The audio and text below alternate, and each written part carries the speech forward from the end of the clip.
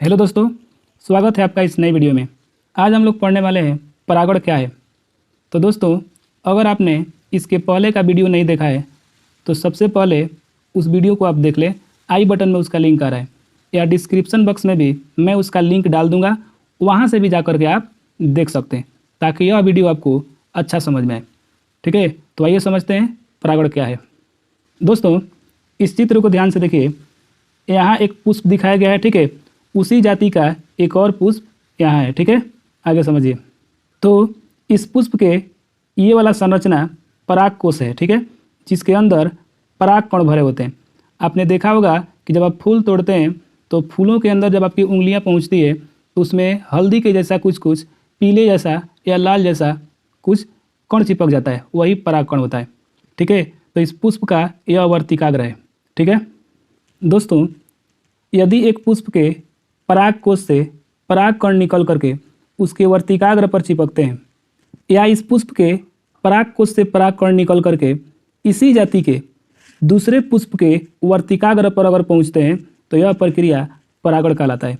तो आइए इसका परिभाषा पढ़िए, ध्यान से देखिए। जब एक पुष्प के परागकोश से परागकण निकलकर उसी पुष्प के या उसी जाति के किसी दूसरे पुष्प के वर्तिकाग्र पर पहुंचते हैं तो इस क्रिया को परागण कहते हैं। मतलब इस पुष्प के परागकोश से परागकण निकल करके इसी पुष्प के वर्तिकाग्र पर पहुंचते हैं या इसी जाति के दूसरे पुष्प के वर्तिकाग्र पर पहुंचते हैं तो यह प्रक्रिया परागण कहलाता है। तो समझ में आ गया? चलिए आगे समझते हैं। अब हम लोग देखेंगे परागण के प्रकार।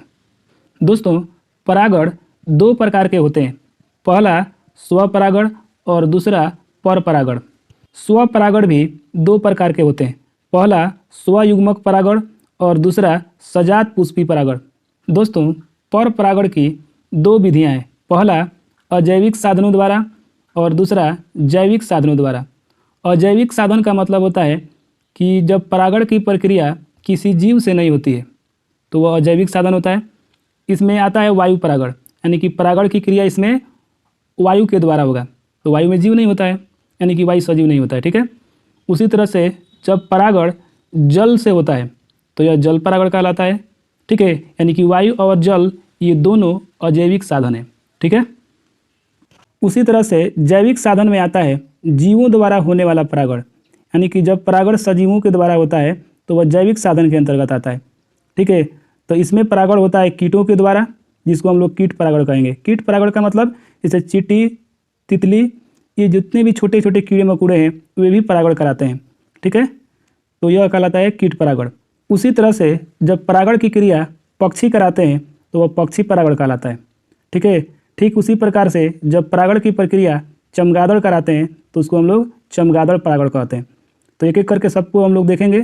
तो चलिए पहले समझते हैं स्वपरागण क्या है, ठीक है। तो ध्यान से देखिएगा। दोस्तों, स्वपरागण दो प्रकार के होते हैं।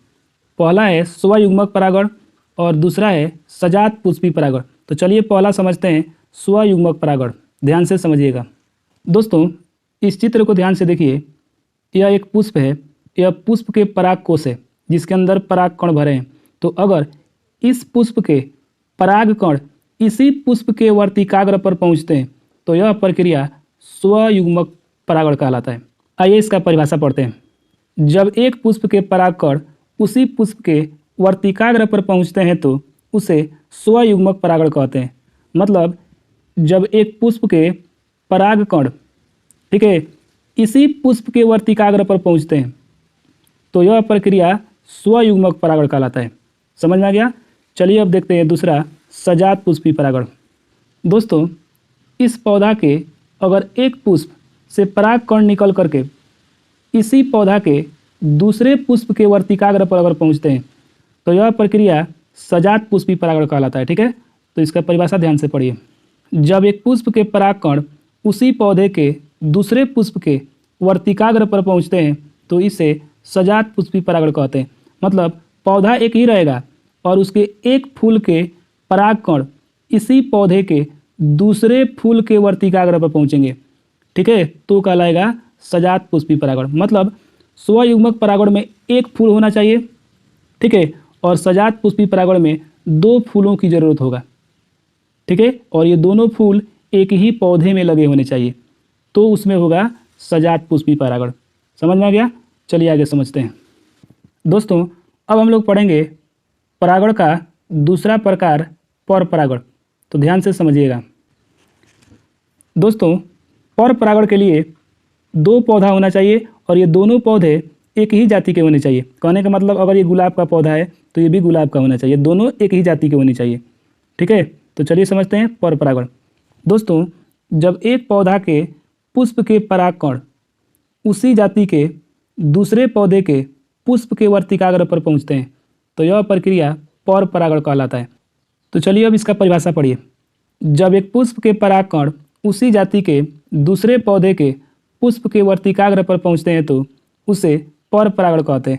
मतलब इस पौधे के एक पुष्प से परागकण निकल करके इसी जाति के दूसरे पौधे के पुष्प के वर्तिकाग्र पर अगर परागकण पहुंचते हैं तो यह कहलाता है पर परागण। तो उम्मीद करते हैं वीडियो समझ में आया होगा। वीडियो देखने के लिए धन्यवाद।